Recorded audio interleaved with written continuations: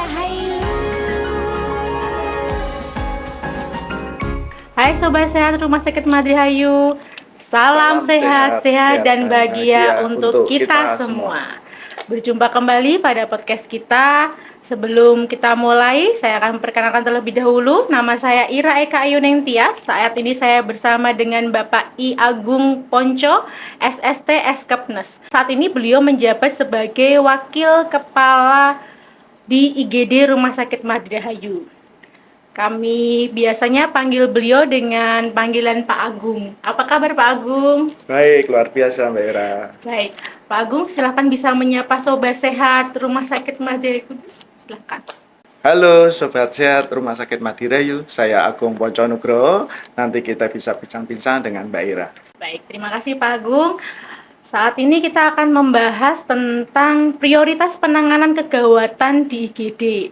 Pak Agung, saat ini sebelum kita bahas semuanya ya Pak, pastikan Sobat Sehat banyak yang tanya, sebenarnya IGD itu apa Pak? Oke, baik Mbak Ira. IGD ya, IGD itu instalasi gawat darurat atau bisa dengan pengertian layanan yang disediakan untuk kebutuhan pasien yang mengalami keadaan gawat darurat dan harus segera dibawa ke rumah sakit untuk diberi penanganan dengan cepat. Kemudian ketika kita di UGD ya Pak, kan ada pertama kita masuk itu kan ada tulisan ada tulisan triase. Pasti banyak sobat saya sebenarnya bertanya-tanya, triase itu apa Pak? Ya, triase itu untuk pemilihan penderita sesuai dengan tingkat kegawat daruratan. Ya, jadi seandainya ada pasien yang datang ke IGD, ada petugas triase atau petugas khusus yang melakukan screening pasien apa aja yang harus ditangani dengan segera.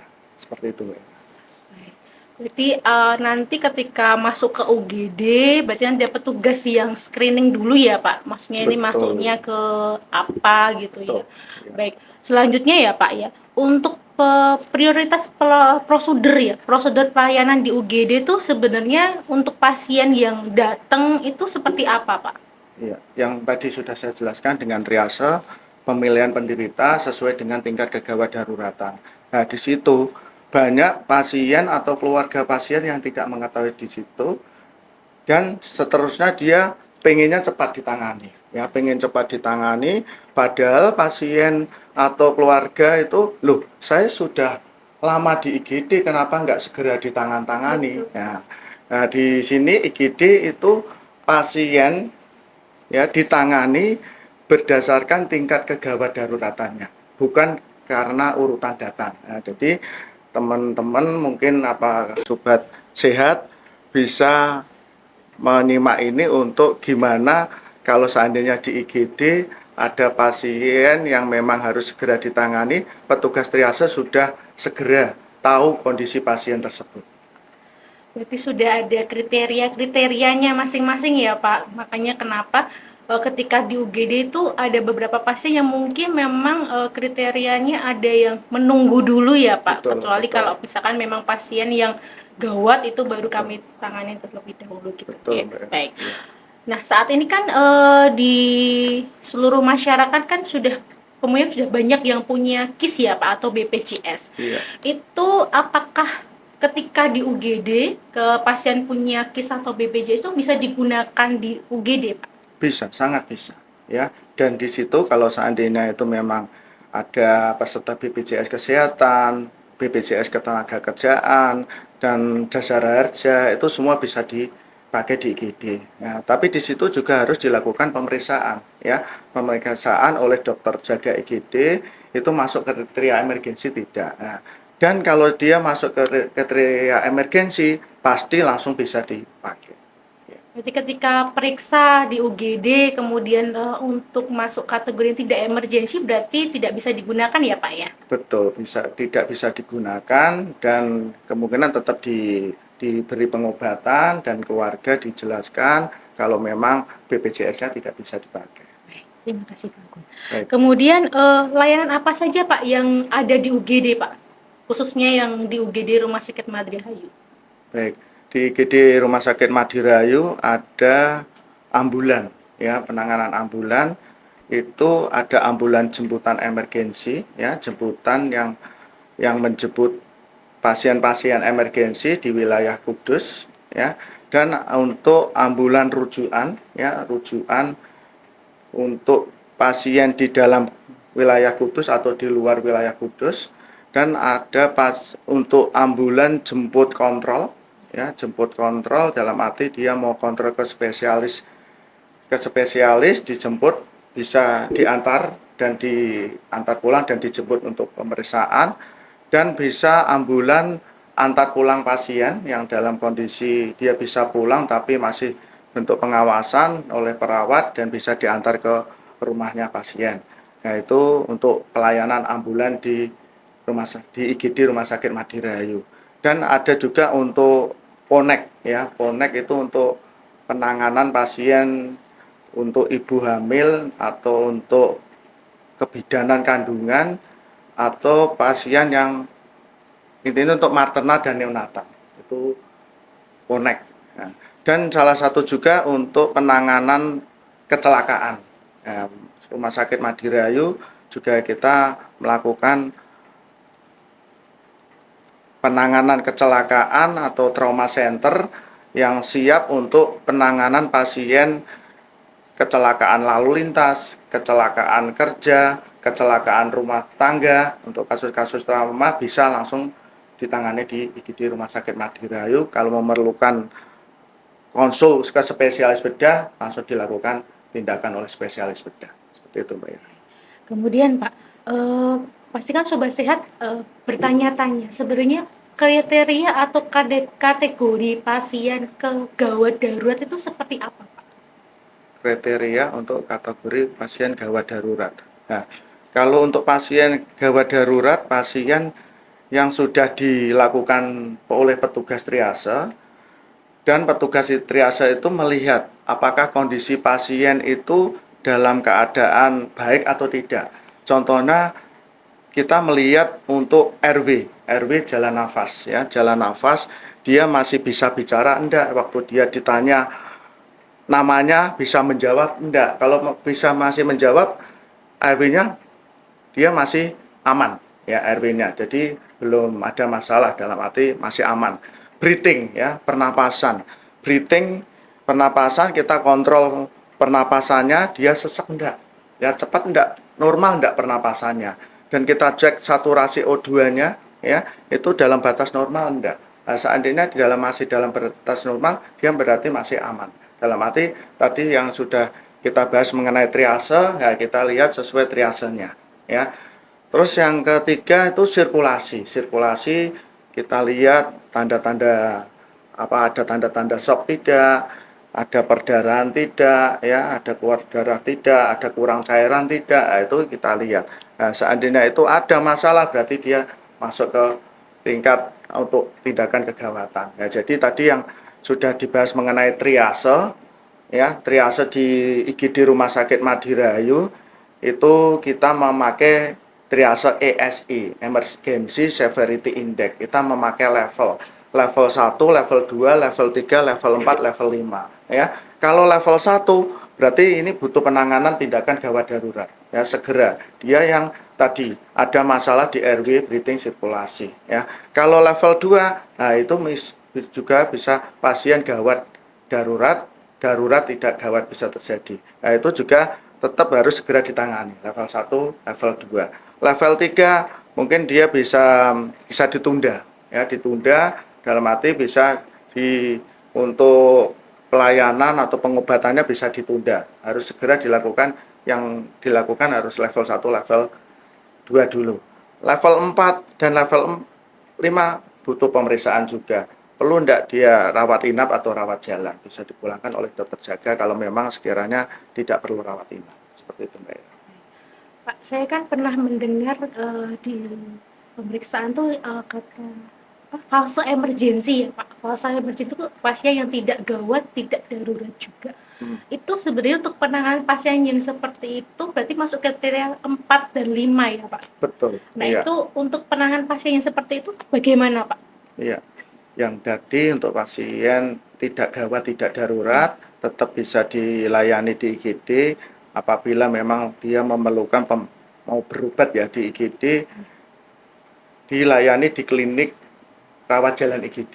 Nah, di situ petugas triase sudah melakukan triase screening, dan setelah dia tahu mengetahui ada level 4 atau 5, pasien tersebut dianjurkan untuk menunggu di depan klinik rawat jalan IGD. Setelah menunggu, kemudian kalau dokternya sudah siap melakukan pemeriksaan. Perlu tidak dilakukan pemeriksaan yang lebih lanjut? Perlu dia rawat jalan, berarti kalau rawat jalan dikasih obat bisa pulang, seperti itu Mbak Ira. Untuk alurnya Mbak Ira, ya, alur masuk ruang IGD Rumah Sakit Madirahayu yang tadi sudah pasien datang, ya, dia sudah dilakukan screening oleh petugas triase sesuai dengan tingkat kegawat daruratannya, ya. Petugas triase melakukan tanda-tanda vital, dan petugas security memberikan kupon, ya, antrian, ya, memberikan antrian ke keluarga untuk melakukan pendaftaran di TPPRI pasien rawat jalan. Petugas triase lalu memasukkan pasien yang sesuai dengan kriteria triase tadi, kriteria emergensinya, dibawa masuk ke ruang IGD. Di ruang IGD tersebut petugas triase langsung menemui dokter jaga IGD. Kalau ada pasien baru yang datang, segera dilakukan pemeriksaan.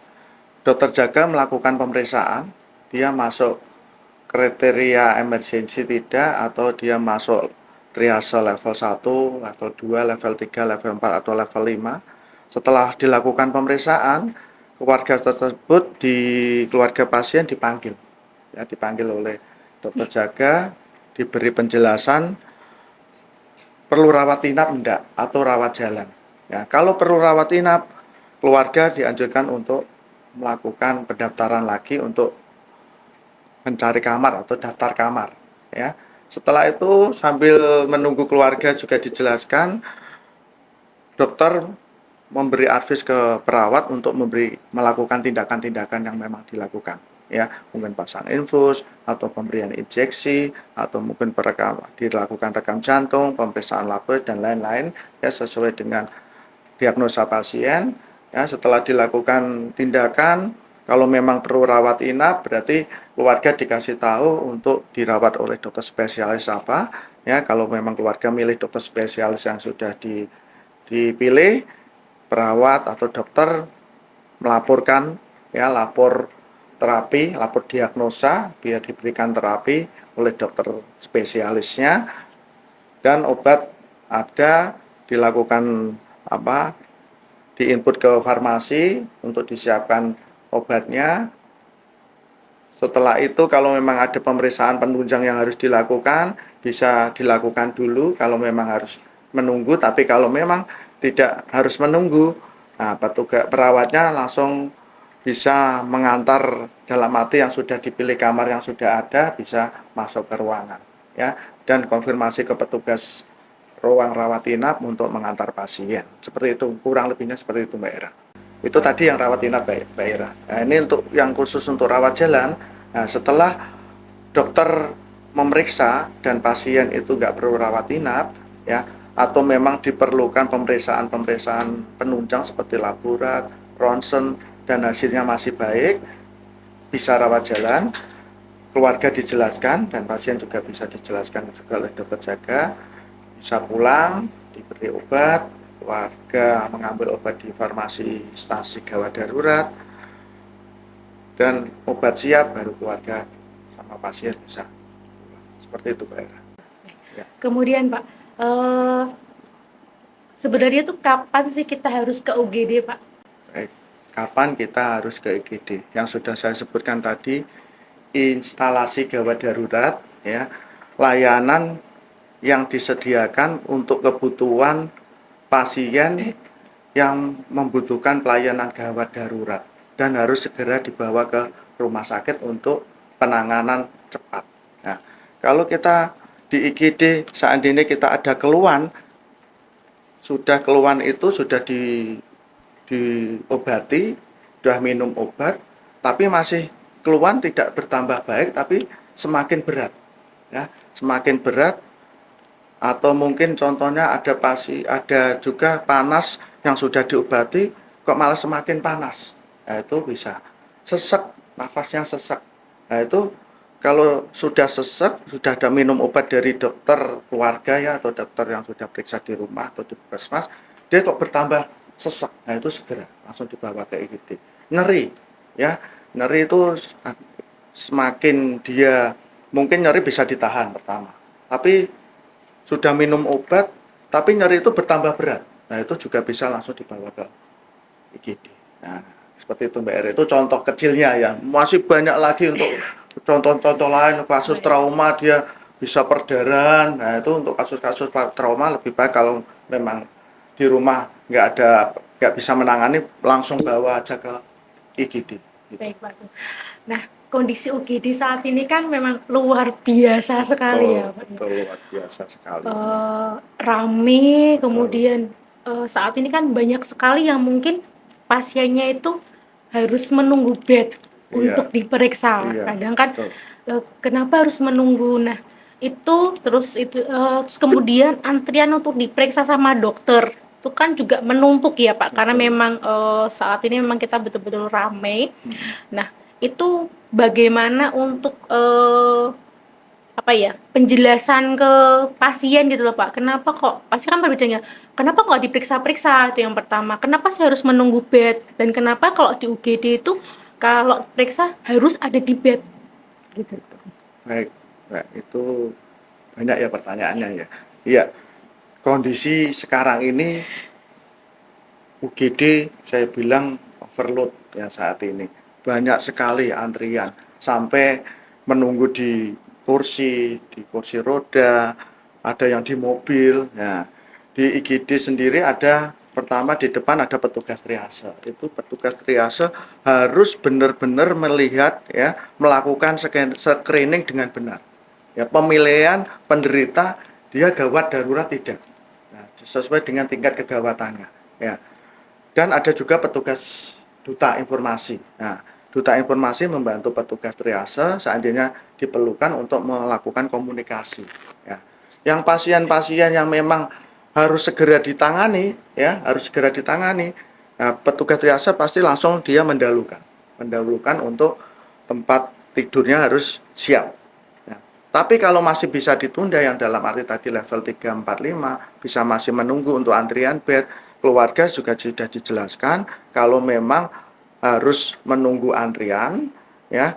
Dan di sini juga kita buatkan seperti info consent ya, info consent singkat ya, persetujuan singkat dengan melakukan tanda tangan ya, keluarga dia mau menunggu tidak, mau menunggu untuk antrian tidak. Nah, tapi sebelum pasien tersebut menunggu antrian, kita sudah melakukan tanda-tanda vital. Dalam arti kita sudah melihat KU kondisi pasien tersebut, layak menunggu enggak. Nah, petugas triase menjelaskan dibantu oleh duta informasi. Jadi memang harus benar-benar pasien dan keluarga tahu. Karena apa tadi?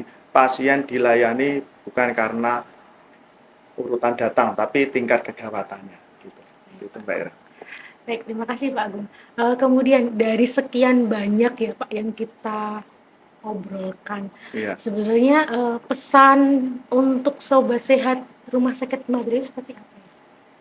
Pesannya ya ini kalau saya bilang pesan mengenai IGD ya, tadi kalau seandainya ada keluhan yang semakin berat ya, ada keluhan yang semakin berat ya, terus atau keadaan yang dilihat mungkin anaknya yang tadi kejang kok malah tadi panas jadi kejang ya, keadaan tidak membaik, nah, langsung bawa ke IGD, jangan sampai ditunda-tunda. Nah, karena apa? Kalau sudah ditunda ya, seperti contoh bayi, anak-anak ya, diare ditunda, enggak apa-apa lah. Enggak apa-apa. Ini biasanya kadang kalau orang Zaman dulu kalau diare itu katanya mau pinter. Nah, mau pinter, wes gak apa-apa mau pinter. Tapi sebenarnya tuh malah semakin diare dia bisa dehidrasi. Nah, dehidrasi semakin kurang cairan, ditunda-tunda, akhirnya dibawa ke IGD dalam kondisi terlambat. Nah, semakin memberatkan kondisi pasien.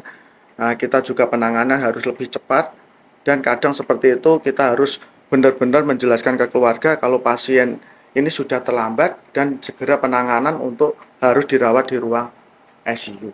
Ya, jadi diharapkan untuk sobat sehat kalau dalam kondisi seperti itu jangan menunda untuk keluarganya yang sakit, segera aja langsung dibawa ke IGD Rumah Sakit Madirahayu. Baik, untuk kesimpulan dari pembahasan kita ya Pak, berarti ketika di UGD itu setiap pasien dilayani bukan berdasarkan ke urutan kedatangan, tapi berdasarkan dari kegawatan pasien. Betul. Itu kan berbeda-beda. Kemudian untuk pasien yang mungkin memiliki KIS atau BPJS bisa digunakan asal sesuai dengan kriteria dari BPJS sendiri ya Pak ya, berarti dengan kasus emergensi. Jika pasiennya ternyata diperiksa sama dokter tidak termasuk kategori emergensi, berarti pasien pembiayaannya bayar sendiri ya Pak ya. Kemudian untuk pasien-pasien yang mungkin bisa menunggu atau dengan kategori fase emergensi, tidak gawat, tidak darurat, berarti sebenarnya pasien masih bisa menunggu untuk pemeriksaan sesuai dengan urutan ya Pak ya, karena kemungkinan ketika kita mengantri bed bisa kita lewati urutannya ketika ada pasien yang datang dengan keluhan level 1 atau mungkin level 2 ya Pak, yang artinya memang gawat sesuai dengan kriteria yang sudah ditentukan oleh petugas triase ya Pak ya.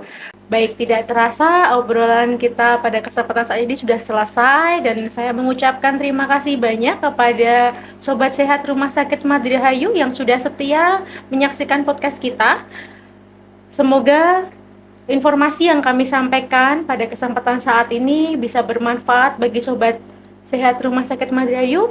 Baik, kita tutup podcast kita kali ini. Untuk informasi yang lebih lengkap lagi, jangan lupa follow sosial media Rumah Sakit Madirahayu untuk mendapatkan info-info lebih lanjutnya. Salam sehat dan bahagia bagi kita semua. Dadah!